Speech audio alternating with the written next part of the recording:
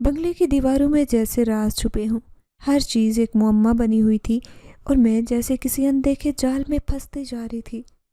میں اپنے دل میں خوف اور تجسس لیے اس بنگلے کی ہر پل، ہر آواز کو محسوس کرنے لگی تھی، اور مجھے لگنے لگا تھا کہ کچھ نہ کچھ ضرور ہونے والا ہے، جبکہ میں تو پورا دن بنگلے میں ہی رہتی تھی۔ ہر کمرہ، ہر راہداری، ہر در و دیوار میرے لیے اجنبی اور اجنبی سا ہی تھا، لیکن جیسے جیسے دن گزرتے جا رہے تھے میرا دل اس بنگلے کے لیے ایک عجیب سا خوف لیے بیٹھا جا رہا تھا۔ دن کے وقت تو باقی ملازمائیں، باورچی اور مالک کی موجودگی میں تھوڑی بہت رونق لگتی، لیکن جیسے ہی سورج ڈھلتا شام کا سناٹا پورے بنگلے پر قبضہ جما لیتا۔ اس بنگلے کی فضا میں کچھ ایسا تھا جیسے ہر دیوار کے پیچھے کوئی چھپا بیٹھا ہو، ہر کھڑکی کے پردے کے پیچھے کوئی جھانک رہا ہو، اور ہر اندھیرے کونے میں کوئی سانس لے رہا ہو۔ ایک دن بیگم صاحبہ نے ایسی بات کہہ دی کہ میرے پیروں تلے سے زمین ہی نکل گئی۔ وہ نرمی سے مسکراتے ہوئے مجھ سے بولی، رابی، تم آج رات رابیل کے کمرے میں سو جاؤ۔ میں تو گھبرا کر ساکت رہ گئی، میری زبان جیسے تالو سے جا لگی۔ بمشکل ہمت کر کے میں بولی، بیگم صاحبہ، آپ یہ کیا کہہ رہی ہیں؟ میں بھلا رابیل بی بی کے کمرے میں کیوں سوؤں؟ میری کیا اوقات ہے کہ میں اس کمرے میں جا کر لیٹوں؟ وہ تو آپ کی بیٹی کا کمرہ ہے نا، اور میں تو بس ایک معمولی سی ملازمہ ہوں۔ بیگم صاحبہ نے میری بات سن کر ہلکی سی مسکراہٹ کے ساتھ میرے کندھے پر ہاتھ رکھا اور کہا، ارے رابی، کیا ہو گیا ہے؟ ایک ہی دن کی تو بات ہے۔ اصل میں رابیل اپنی آنٹی کے گھر لاہور گئی ہوئی ہے، اور جاتے ہوئے مجھے کہہ کے گئی ہے کہ اماں، میرا کمرہ خالی نہ چھوڑنا۔ اب تم ہی ہو جس پر مجھے بھروسہ ہے، کبھی کبھار اس کے کمرے میں سو جایا کرو، اس میں آخر حرج کیا ہے؟ ان کے لہجے میں ایک عجیب سا خلوص اور ساتھ ساتھ زبردستی کا امتزاج تھا۔ میں تو دل ہی دل میں بہت الجھ گئی کہ آخر بیگم صاحبہ کیوں چاہتی ہیں کہ میں اس کمرے میں جاؤں، اور کیا واقعی رابیل بی بی نے ایسا کہا ہوگا؟ وہ تو ویسے ہی بہت بیماری کی حالت میں تھی، پھر یکدم سے لاہور کیسے چلی گئی؟ اور سب سے بڑی بات، میں نے تو خود دیکھا تھا ان کی الماری پر تالا لگا ہوا تھا، اور وہ کئی دن سے کمرے سے بھی باہر نہیں نکلی تھی۔ لیکن بیگم صاحبہ کے اصرار کے آگے میں بالکل انکار نہیں کر سکی۔ میرا دل ڈوب رہا تھا، لیکن میں نے ہاں کر دی۔ دل میں وسوسے اٹھ رہے تھے، دماغ سوالات سے بھرا ہوا تھا کہ آخر اس کمرے میں کیوں بھیجا جا رہا ہے، لیکن زبان پر کچھ نہیں لا سکی۔ رات ہوئی تو دل پر پتھر رکھ کر میں اس کمرے میں چلی گئی۔ رابیل بی بی کا کمرہ بنگلے کے پچھلے حصے میں واقع تھا، جہاں جانے کے لیے طویل راہداریوں سے گزرنا پڑتا تھا۔ پھر راہداری میں لٹکتے بوسیدہ پردے، دیواروں پر آویزاں پرانی تصویریں، اور فرش پر بچھے پرانے قالین جن سے دھول اڑتی تھی، ایک انجانی گھٹن اور وحشت پیدا کر رہے تھے۔ کمرے میں داخل ہوتے ہی ایک ٹھنڈی اور عجیب سی بساند محسوس ہوئی، لگتا تھا جیسے کئی دن سے کھڑکیاں نہیں کھولی گئی تھی۔ کمرے میں رکھا پلنگ، رابیل بی بی کی پسندیدہ گڑیا، ان کا پرانا آئینہ، سب کچھ وہیں پر تھا، جیسے کسی نے ایک مدت سے اسے ہاتھ تک نہ لگایا ہو۔ میں نے دروازہ بند کیا اور بستر پر لیٹ گئی۔ نیند کہاں آنی تھی، دل بری طرح سے دھڑک رہا تھا۔ آنکھیں بند کر کے کروٹ بدلتی رہی۔ کمرے کی چھت پر لٹکتا بلب ہولے ہولے جھولتا جا رہا تھا۔ کبھی کبھی ہوا کے جھونکے سے پردے سرسراتے تو لگتا جیسے کوئی کھڑکی کے پاس کھڑا ہے۔ رات کا جانے کون سا پہر تھا جب مجھے اچانک ایسے لگا جیسے کسی نے کمرے کے دروازے پر دستک دی ہو۔ میرا تو دل سینے میں دھک دھک کرنے لگا۔ میں نے ایک جھرجھری لی، کان اس دستک کی آواز کو سننے کی کوشش کرنے لگے۔ دستک بہت ہلکی تھی، لیکن بنگلے کے سناٹے میں وہ بھی قیامت خیز لگ رہی تھی۔ بمشکل ہمت جمع کر کے میں اٹھ بیٹھی، کانپتے ہاتھوں سے دروازے کی طرف بڑھی اور کان لگا کر سننے لگی۔ پھر ڈرتے ڈرتے دروازہ کھولا۔ دروازے کے باہر پچھلے حصے کی راہداری اندھیرے میں ڈوبی تھی، نہ کوئی سایہ، نہ کوئی آہٹ۔ ایسے لگ رہا تھا جیسے پورا بنگلہ سانس رو کے کھڑا ہو۔ میرے حلق سے نکلا، کون ہے؟ لیکن کوئی جواب نہیں ملا۔ میں ڈرتے ڈرتے ادھر ادھر نظریں دوڑاتی رہی۔ دل میں ہزار وسوسے اٹھنے لگے کہ کہیں کوئی سایہ ہیولا یا وہ پراسرار ملازمہ تو نہیں ہے، لیکن ہر طرف سناٹا تھا، اتنا کہ اپنی سانسوں کی آواز بھی سنائی دے رہی تھی۔ ڈرتے ڈرتے دروازہ بند کیا اور دوبارہ پلنگ پر آ کر بیٹھ گئی۔ دل کی دھڑکن اب بھی قابو میں نہیں آ رہی تھی۔ کمرے کا ماحول اور زیادہ بھاری محسوس ہونے لگا۔ کمرے کی دیوار پر لگی رابیل بی بی کی پرانی تصویر کی آنکھیں جیسے مجھے گھورتی جا رہی تھی۔ میں نے گھبرا کر اپنی آنکھیں بند کر لی، کمبل سر تک کھینچا اور کروٹ لے کر لیٹ گئی۔ نیند آنکھوں سے کوسوں دور تھی۔ باہر سے کبھی کبھی آتی پراسرار آہٹیں اور دور سے سنائی دیتی، جیسے دبے پاؤں کسی کے چلنے کی آواز ہو۔ میں دل ہی دل میں کلمہ پڑھتی، دل کو سمجھاتی رہی کہ یہ صرف میرا وہم ہے، لیکن اس رات مجھے پہلی بار شدت سے محسوس ہوا کہ اس بنگلے میں کوئی ہے، کوئی ایسا جو دکھائی نہیں دیتا لیکن اپنی موجودگی کا احساس دلاتا رہتا ہے۔ اس وقت میرے دل میں ایک ہی سوال تھا کہ آخر بیگم صاحبہ نے مجھے اس کمرے میں کیوں سونے بھیجا؟ کیا واقعی رابیل بی بی لاہور گئی ہیں؟ اگر گئی ہیں تو وہ دستک کس کی تھی؟ اب کی بار میں نے تھوک نگلا، گلا خشک ہو چکا تھا، آنکھوں میں نیند کا نام و نشان نہیں تھا۔ دل زور زور سے دھڑک رہا تھا جیسے سینے سے باہر نکل آئے گا۔ میں نے کان لپیٹے اور خود کو لحاف میں چھپا لیا، جیسے وہ دبیز لحاف مجھے کسی اندیکھے خطرے سے بچا لے گا۔ لیکن لحاف کے اندر بھی دل کا خوف کم نہ ہوا، سانس بھی پھول رہی تھی، ماتھے پر پسینے کی بوندیں جم چکی تھی۔ بار بار دل کہتا، رابی دروازہ کھول کر باہر بھاگ جا، اپنے کمرے میں چلی جا یا بیگم صاحبہ کو اٹھا لے، مگر پھر وہی مجبوری کا احساس میرے دل میں آ جاتا۔ بیگم صاحبہ کی وہ بات یاد آنے لگی جب انہوں نے بڑے محبت بھرے لہجے میں کہا تھا، ارے بھائی ایک ہی دن کی تو بات ہے، کیا ہوا؟ رابیل اپنی آنٹی کے گھر ہے، ورنہ وہ تو کبھی کسی کو بھی اپنے کمرے میں جھانکنے تک نہیں دیتی، اور تمہیں تو سونے کی اجازت دے دی۔ جا رہی ہو، جاؤ آرام کرو، اس میں کیا حرج ہے؟ اور میں نے خاموشی سے اپنا سر جھکا لیا تھا، وہ بھی اپنی غربت، اپنی محتاجی اور 2 وقت کی روٹی کے بدلے اپنے ہی ضمیر کا سودا کر کے۔ اب جب کمرے کے اندھیرے میں یہ سب ہو رہا تھا تو دل بری طرح سے پشیمان ہو رہا تھا۔ میں نے دھیرے سے آنکھیں کھولی، کمرے کی لائٹ بند تھی، مگر باہر صحن میں کہیں دور کی روشنی کا ہلکا سا عکس کمرے میں جھلک رہا تھا۔ اس مدھم روشنی میں کمرے کی دیواروں پر بنے ہوئے رابیل بی بی کے کچھ پوسٹر، کھلونوں کی شیلف اور میز پر رکھا ہوا شیشہ صاف دکھائی دے رہا تھا۔ مگر سب سے زیادہ جس چیز نے مجھے خوفزدہ کیا وہ کمرے کے کونے میں رکھی پرانی جھولتی ہوئی کرسی تھی جو آہستہ آہستہ ہل رہی تھی۔ میں نے اپنی پلکیں جھپکائی، آنکھیں مسلی کہ شاید مجھے کوئی وہم ہوا ہو، مگر نہیں، وہ تو واقعی میں ہل رہی تھی، اور اس کے ساتھ ساتھ مدھم سی سسکیوں کی آواز بھی سنائی دینے لگ گئی تھی۔ میں تو دل پر ہاتھ رکھے پسینے میں شرابور لرزتے وجود کے ساتھ اٹھ کر بیٹھ گئی۔ دل کی دھڑکن اتنی تیز تھی، لگ رہا تھا جیسے کمرے کی خاموشی میں میری صرف دھڑکن ہی سنائی دے رہی ہو۔ پھر اچانک وہی ٹھک ٹھک کھڑکی کے شیشے پر جیسے کسی نے انگلیوں سے آہستہ آہستہ دستک دی ہو۔ میں نے خوف کے مارے لحاف مزید منہ تک کھینچ لیا۔ ایک پل کو تو آنکھیں بند کر کے زور زور سے سورہ فاتحہ اور آیت الکرسی پڑھنے لگ گئی، لیکن جب آواز مسلسل آنے لگی تو دل نے کہا، دیکھ لے، کیا پتا کوئی بلی ہو یا ہوا سے پردہ ہل رہا ہو۔ میں نے کانپتے ہاتھوں سے اپنا لحاف ہٹایا اور دھیرے سے بستر سے اتر کر کھڑکی کی طرف اپنے قدم بڑھا دیے۔ ہر قدم کے ساتھ ایسے لگ رہا تھا جیسے زمین نیچے سے کھسکتی جا رہی ہو۔ جب کھڑکی کے پاس پہنچی تو بڑی ہمت کر کے پردہ ذرا سا ہٹا کر جھانکا۔ باہر تو کچھ بھی نہیں تھا، صحن ویران، چوکیدار کی کرسی خالی، درخت ساکت، دور برآمدے کی لائٹ میں صحن کا فرش سنسان پڑا تھا۔ لیکن جیسے ہی میں پردہ چھوڑ کر واپس مڑی تو کمرے کے اندر کسی کی موجودگی کا احساس اور بھی گہرا ہو گیا۔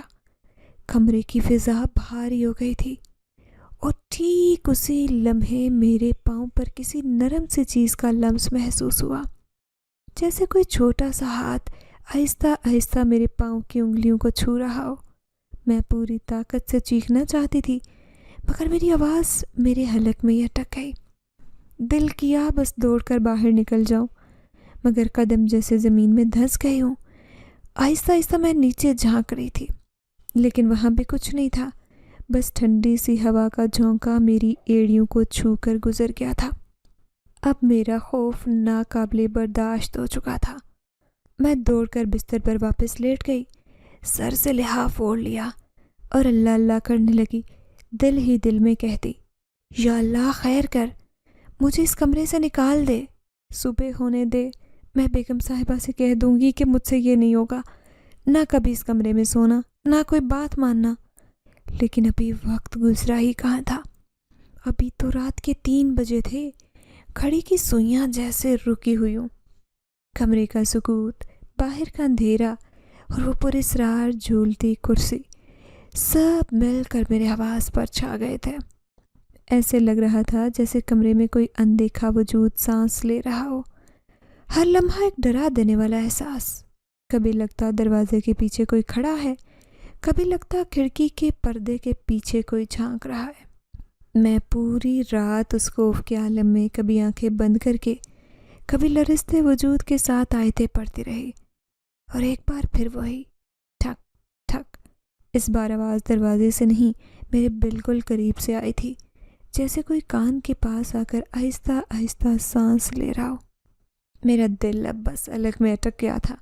میں نے لحاف کے اندر سے اپنے آپ کو اور مضبوطی سے لپیٹ لیا تھا اور بس انتظار کرنے لگی کہ کب اذان کی آواز سنائی دے، کب یہ رات ختم ہو۔ ایسی رات میں نے اپنی زندگی میں کبھی نہیں گزاری تھی۔ وہ کمرہ، وہ خوف، وہ پراسرار آوازیں، میں اب تک سمجھنے سے قاصر تھی کہ بیگم صاحبہ نے مجھے وہاں کیوں سونے کے لیے بھیجا تھا۔ کیا وہ کچھ جانتی تھی؟ کیا واقعی اس کمرے میں کوئی پراسرار راز چھپا ہے؟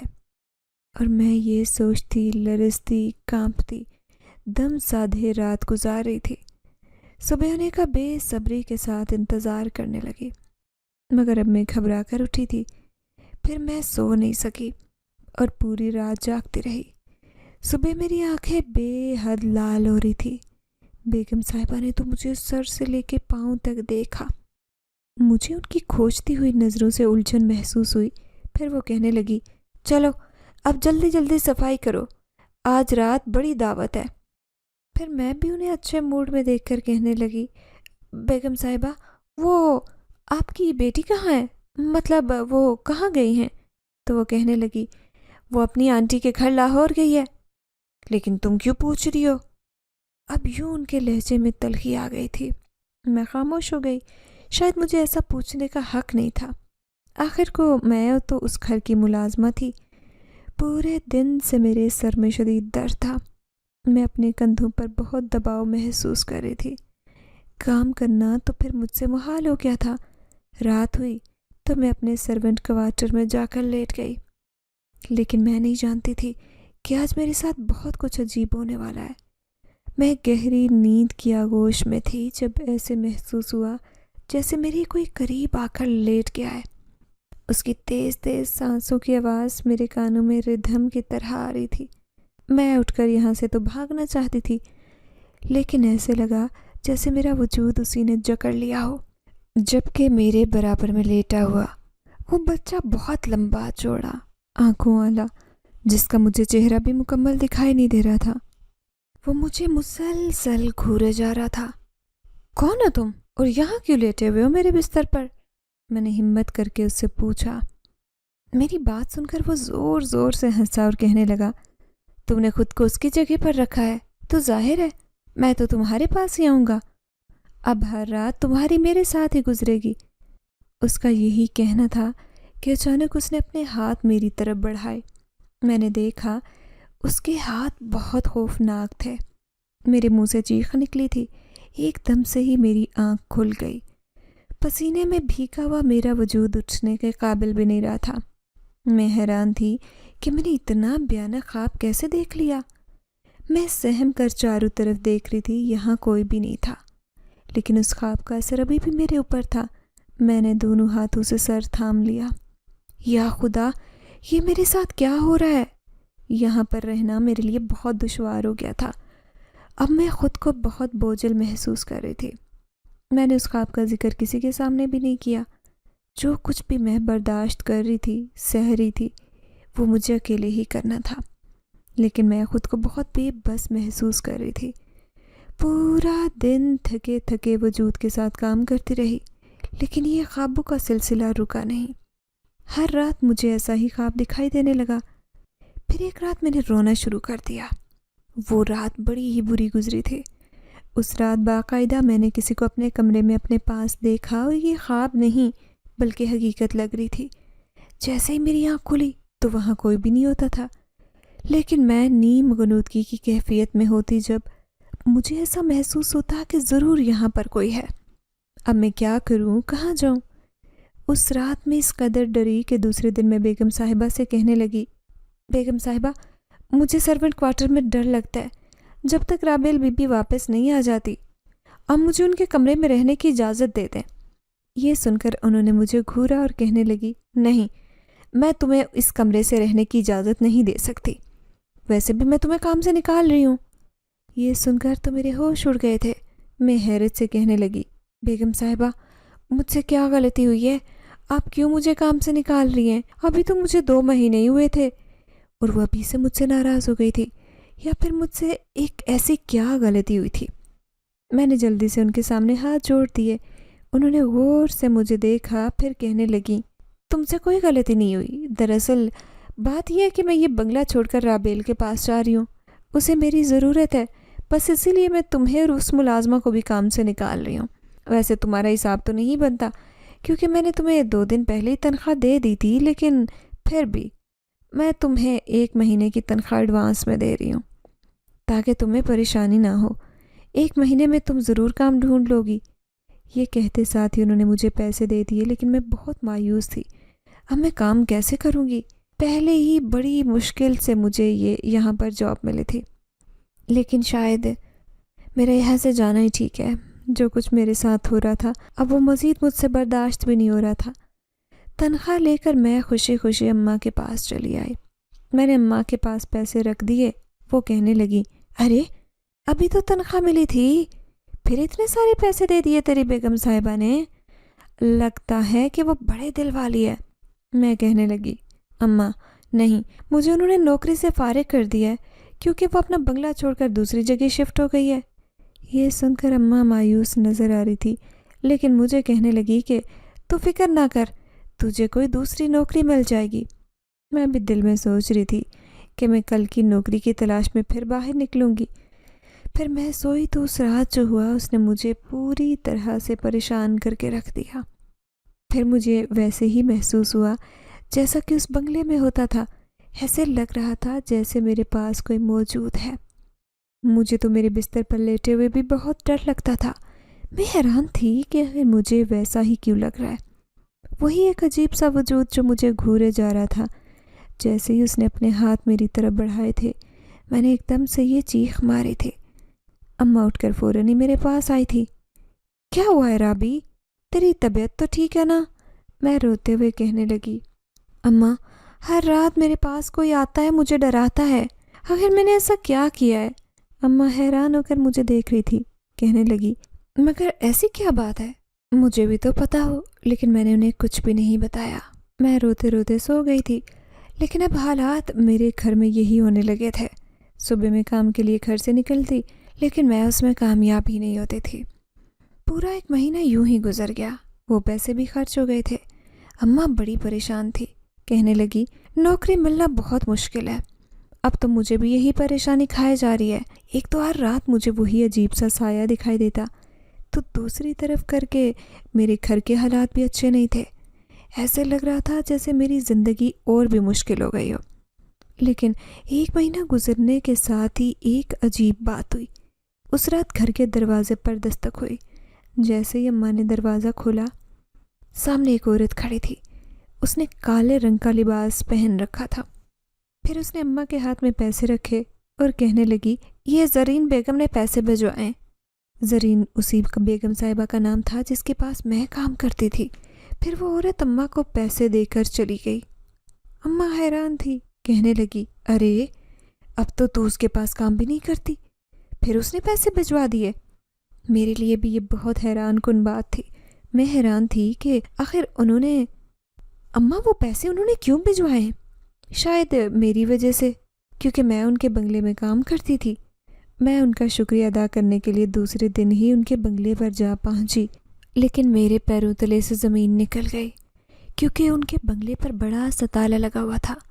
اب وہ بنگلہ مکمل خالی پڑا تھا۔ میں حیرت سے اس خالی بنگلے کو دیکھے جا رہی تھی۔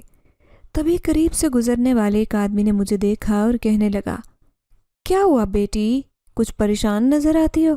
میں گھبرا کر کہنے لگی کہ یہ بنگلہ خالی پڑا ہے، یہاں کی مالکن کہاں گئی؟ دراصل میں اس کے پاس کام کرتی تھی۔ تو وہ کہنے لگا، ارے وہ تو اس بنگلے کو بیچ کر کب سے لاہور چلی گئی ہیں، انہیں تو 1 مہینہ ہو گیا ہے۔ اس وقت مجھے حیرت کا جھٹکا لگا۔ اس کا مطلب کہ وہ پیسے زرین بیگم نے نہیں بھجوائے تھے۔ وہ جو عورت پیسے لے کر آئی تھی اس نے جھوٹ کہا ہے، لیکن وہ عورت کون تھی؟ میں حیرت سے سوچے جا رہی تھی۔ ہم میرے قدم گھر کی طرف بڑھ رہے تھے، لیکن میں نے اس بات کا ذکر اماں سے نہیں کیا کہ کہیں وہ پریشان نہ ہو جائیں۔ یہی سوچ کر میں خاموش رہی۔ لیکن یہ ایک عجیب صورتحال تھی جس میں پھنس چکی تھی۔ ہر رات میرے برابر میں کوئی ہوتا، وہ جو مجھ سے باتیں نہیں کرتا تھا، دوسری طرف وہ عورت جو پیسے دے کر جاتی تھی، اور مجھے نوکری بھی نہیں مل رہی تھی کیونکہ وہ ہر مہینے پیسے دے کر چلی جاتی تھی۔ لیکن اماں اس سے پوچھتی کہ تم کون ہو، جواب میں خاموش ہو جاتی۔ بس وہ ایک لفظ یہی کہتی تھی کہ یہ پیسے زرین بیگم نے بھجوائے۔ پھر اس دن اطلاع آئی کہ اماں کی وہ بیوہ بہن زبور بیمار تھی، ان کا انتقال ہو گیا ہے۔ اماں دونوں چھوٹے بہن بھائیوں کو لے کر دوسرے شہر چلی گئی تھی، جبکہ میں چھوٹے بہن بھائیوں کے ساتھ گھر میں اکیلی تھی۔ اس رات مجھے بہت ڈر لگ رہا تھا۔ میں سہمی ہوئی تھی کیونکہ یہ رات مجھے اکیلے ہی گزارنی تھی۔ میں رات کو بستر پر سو رہی تھی جب مجھے پھر سے وہی آہٹ محسوس ہوئی۔ آخر یہ آواز کیسی ہے؟ جیسے ہی میں نے آنکھ کھولی، ایک وجود کو میں نے اپنے پاس کھڑے دیکھا۔ میں اسے دیکھ کر پھوٹ پھوٹ کر رو پڑی کہ یہ کس قدر بے بسی والی بات تھی کہ یہ ہر رات مجھے تنگ کرنے آتا ہے، لیکن میں کچھ کر بھی نہیں سکتی۔ پھر میں نے ہمت کر لی اور اس کی طرف دیکھا اور کہنے لگی، آپ کون ہو؟ کیوں مجھے تنگ کرتے ہو؟ میں نے تمہارا کیا بگاڑا ہے؟ اس نے غور سے میری طرف دیکھا اور کہنے لگا، اس لیے کہ تم نے مجھ سے شادی کی ہے، میں تو تم پر حق رکھتا ہوں۔ جب بھی تو میں تمہارے پاس آتا ہوں۔ میں اتنی حیران ہو کر اسے دیکھ رہی تھی۔ میں کہنے لگی، کون ہو تم اور میں تم سے شادی کیوں کروں گی؟ میں نے تو ایسی کوئی شادی نہیں کی۔ تب اس نے غصے سے مجھے دیکھا اور کہنے لگا، تم نے ہی اپنی سزا کو اپنے لیے منتخب کیا ہے۔ کیوں اس عورت کے جال میں پھنسی جس نے اپنی بیٹی کو تو بچا لیا لیکن تمہیں پھنسا دیا؟ لیکن مجھے تو تم پر ترس بھی آتا ہے۔ تم غریب لڑکی ہو، تم کیسی بات کر رہے ہو؟ اور میں نے ایسا کیا کیا ہے؟ میں حیران ہو کر اس سے پوچھ رہی تھی۔ پھر وہ غصے میں کہنے لگا، رابیل جس کے پیچھے میں دیوانہ تھا، عاشق تھا، اس نے مجھ سے پیچھا چھڑوا لیا اور مجھے تمہارے پیچھے لگا دیا کیونکہ تمہارا نام بھی رابیل ہے اور تمہاری تاریخ پیدائش بھی وہی ہے جو اس کی تھی۔ لیکن میں نے ایسا کیا کیا ہے مجھے ابھی بھی سمجھ نہیں آیا تھا۔ وہ کہنے لگا، دراصل رابیل جب اس بنگلے میں رہتی تھی اسی نے مجھے اپنے پاس بلایا تھا۔ وہ اپنی دوستوں کے ساتھ مل کر شرارت کر رہی تھی۔ وہ اس وقت بنگلے میں اکیلی تھی، اس کی ماں بھی اس کے پاس موجود نہیں تھی، بلکہ اس کی شریر سہیلیاں اس کے پاس تھی۔ وہ کسی جن ذات سے ملنے کی خواہش مند تھی اور مسلسل مجھے تنگ کیے جا رہی تھی۔ انہوں نے کچھ ایسا کیا کہ میں ان کے سامنے آنے پر مجبور ہو گیا۔ مجھے دیکھ کر وہ ساری لڑکیاں تو ڈر کر بھاگ گئی، لیکن رابیل ایک دم ڈر کر وہیں بے ہوش ہو گئی۔ لیکن میں نے جب اس لڑکی کو دیکھا تو مجھے بہت اچھی لگی۔ وہ بہت خوبصورت تھی، اس کے پاس کوئی بھی نہیں تھا، وہ بے ہوش پڑی تھی۔ اس کی سہیلیاں اسے اس حالت میں چھوڑ کر چلی گئی۔ پھر میں نے ہی اسے سنبھالا، اسے ہوش میں لانے کی کوشش کی۔ اس کی آنکھیں بہت خوبصورت تھی، اس کی گوری رنگت، اس کا خوبصورت چہرہ، میں نے آج تک ایسی خوبصورت لڑکی نہیں دیکھی تھی۔ اس نے مجھے اپنا دیوانہ بنا لیا تھا۔ پھر میں نے اس کا پیچھا نہیں چھوڑا اور مسلسل اس کے سامنے آنے لگا۔ میں چاہتا تھا کہ وہ کسی بھی طرح مجھ سے دوستی کرے، وہ بھی مجھے ایسے ہی چاہے جیسے میں اس کا دیوانہ ہو گیا تھا۔ لیکن اب وہ مجھ سے ڈرتی تھی، میرے خوف کی وجہ سے بیمار ہو گئی۔ پھر اس کی ماں کو کسی نے کہا کہ چاند کی 14 تاریخ کو وہ اپنی بیٹی کی جگہ کسی دوسری لڑکی کو اس کے بستر پر لٹا دے، اس طرح وہ تمہاری بیٹی کا پیچھا چھوڑ دے گا اور اس لڑکی کے پیچھے لگ جائے گا۔ اور پھر ایسا ہی ہوا، اس نے رابیل کو مجھ سے بہت دور بھیج دیا اور اس کی جگہ پر تمہیں لٹا دیا۔ جب اس کا مقصد پورا ہو گیا تو اس نے تمہیں کام سے نکال دیا۔ میں تو تمہیں ایسے ہی تنگ کرنا چاہتا تھا، لیکن تم رابیل نہیں ہو بلکہ صرف اس کی ہم نام ہو، اس لیے میں تمہیں کچھ بھی نہیں کہہ سکتا۔ اسی لیے میں نے تمہیں یہ ساری سچائی بتائی ہے۔ تمہیں یوں گھر کے لیے پریشان دیکھا تو مجھے تم پر ترس بھی آیا، اس لیے یہ میں تمہاری مدد کرتا رہا اور میں ہی اس عورت کے ہاتھ پیسے بھجواتا تھا۔ لیکن تم پریشان مت ہو، میں تمہارے سامنے کبھی نہیں آؤں گا، بلکہ میں ہمیشہ کے لیے اب اپنی دنیا میں جا رہا ہوں۔ تم ایک غریب اور مجبور لڑکی ہو، میں تمہاری سالت سے فائدہ نہیں اٹھاؤں گا۔ کیا تمہیں میری مدد کی ضرورت ہے؟ میں تمہاری مدد ضرور کروں گا۔ جانے سے پہلے میں تمہیں فائدہ پہنچا کر جانا چاہتا ہوں، کیونکہ میں نے تمہیں بہت تنگ کیا ہے۔ میں حیرت سے اس کی ساری باتیں سن رہی تھی۔ اس نے آج مجھے ساری حقیقت سے آگاہ کر دیا تھا۔ میں روتے ہوئے کہنے لگی، شکر ہے کسی کو تو میرے حال پر رحم آیا، تمہاری مہربانی جو تم نے میرا اتنا خیال کیا۔ یہ سن کر وہ مسکرایا اور کہنے لگا، تم ایک غریب لڑکی ہو، پہلے ہی تمہارے حالات نے تمہیں پریشان کر رکھا ہے، اس لیے میں تمہیں مزید پریشان نہیں کرنا چاہتا۔ آج کے بعد تمہارے سامنے کبھی نہیں آؤں گا۔ یہ کہتے ہی وہ میرے سامنے سے غائب ہو گیا، لیکن ہاں اتنا احسان ضرور کیا تھا کہ آج کے بعد وہ کبھی میرے سامنے نہیں آیا تھا۔ ہاں لیکن ہر ماہ کی پہلی تاریخ کو وہ عورت ہمارے دروازے پر آتی ہے اور ہمیں وہی تنخواہ دے کر چلی جاتی ہے جس سے ہمارے گھر کا اچھا خاصا گزارا ہو رہا ہے، اور اسی تنخواہ کی بدولت ہمارے گھر کے حالات اچھے خاصے بدل گئے۔